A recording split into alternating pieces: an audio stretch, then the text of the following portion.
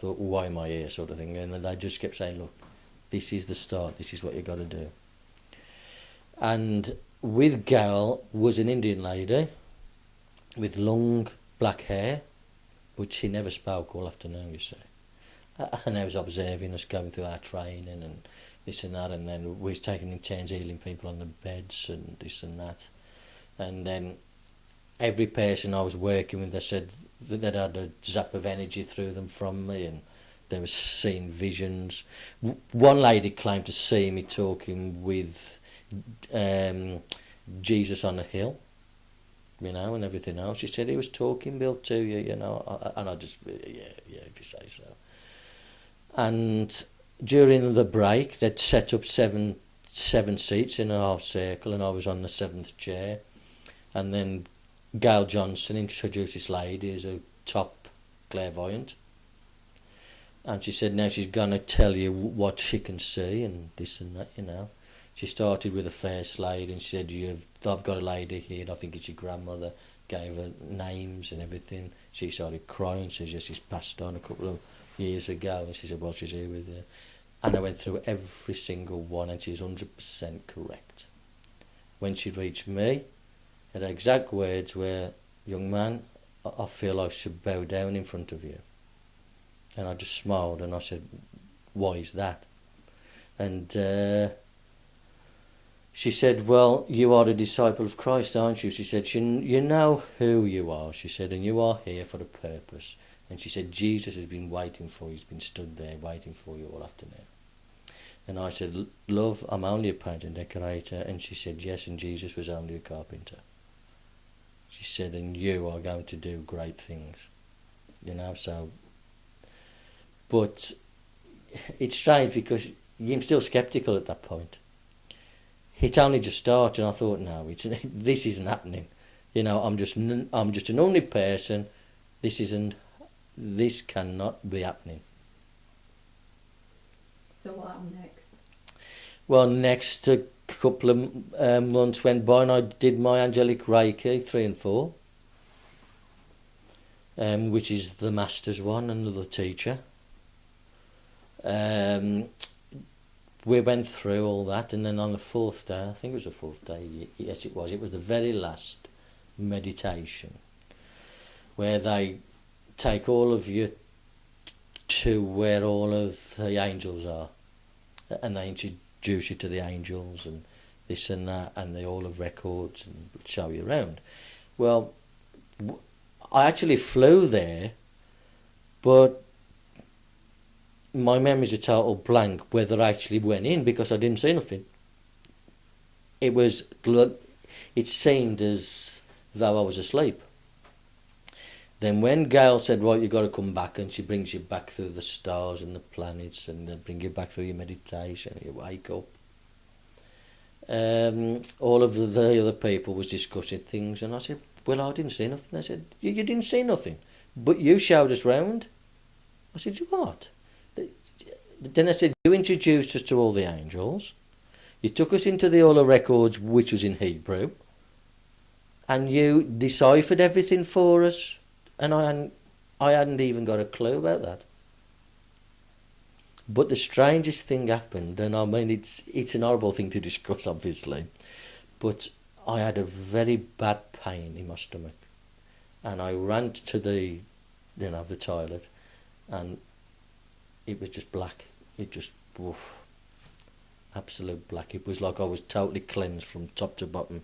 Just black came out. It was just so strange, but the pain was unbearable. But after that, then I started advertising, you know, and people came to see me. But I don't like charging people. But all I did, I just charged something just to pay, because I buy incense sticks and burners, you know, and the candles, and I bought a bed. It's just to help me pay for all that sort of things. So you started healing people? Well, I had one lady with MS who used to have gold injections in the spine, and all that stopped. But it's like a slow process. It's not. But I now know I'm a lot stronger, you see.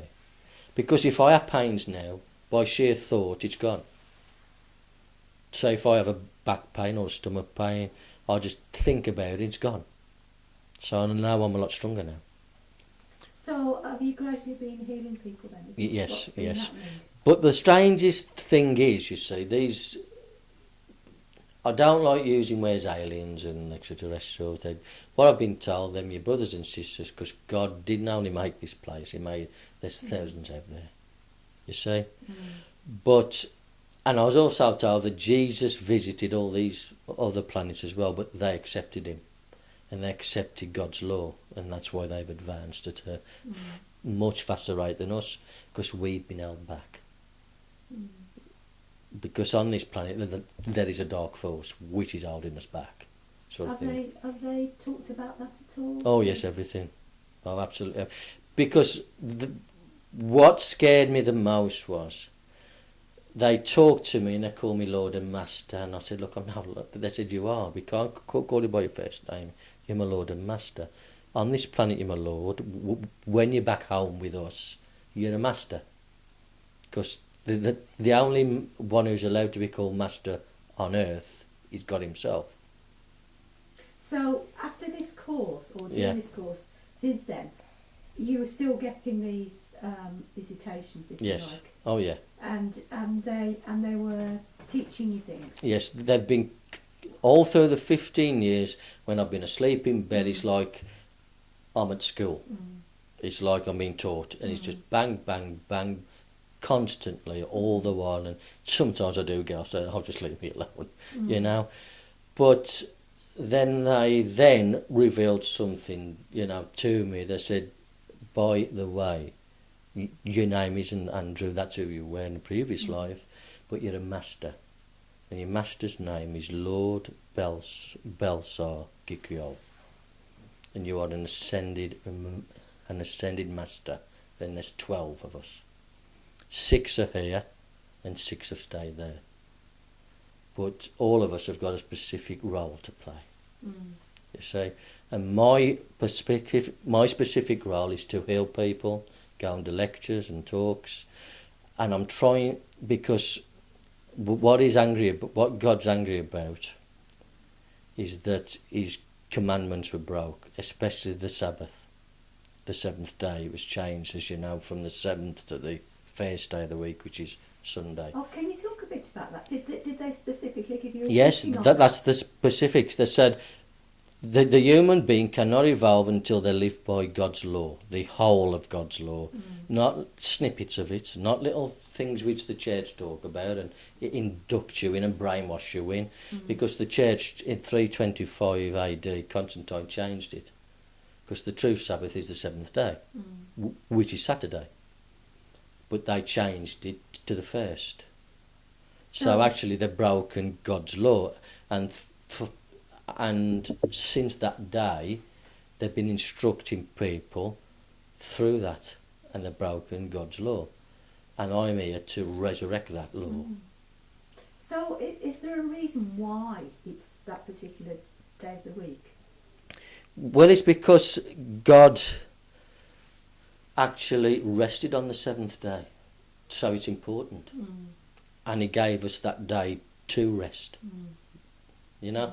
But it's what's strange about it is, I mean, I tried to talk to people about it, but the church just, they just will not listen at all. And the best way I can describe it is, I say, look, God is God, he's your father. He's your father because he actually made us. But I said, for the want of a better word, he's an alien. And he's an alien, the head of a very established, powerful organisation, a spiritual organisation. They are light beings which go around seeding planets. I said, and there's a universal law to live by, but we broke it.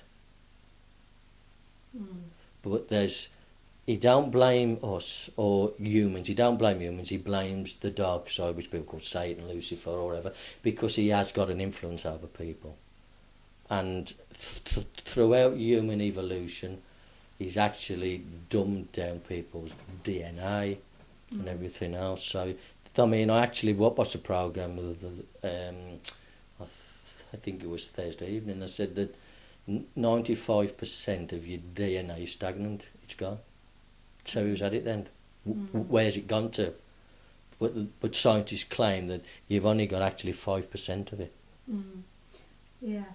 So they were telling you all this and telling you what you've got to do. Yeah. So did people start coming to you then? You said this woman who got MS and had to have all this treatment. Yes, I mean, I had a lady with MS, people with bad backs. I mean, I've got a friend of mine and he's a total sceptic. He said, Bill, it's a load of rubbish, he says, but I'll have to come and see you. I said, why? He said, I've had a bad back now. 6 months, I've had injections, I've had tablets, but I'm willing to give you a go.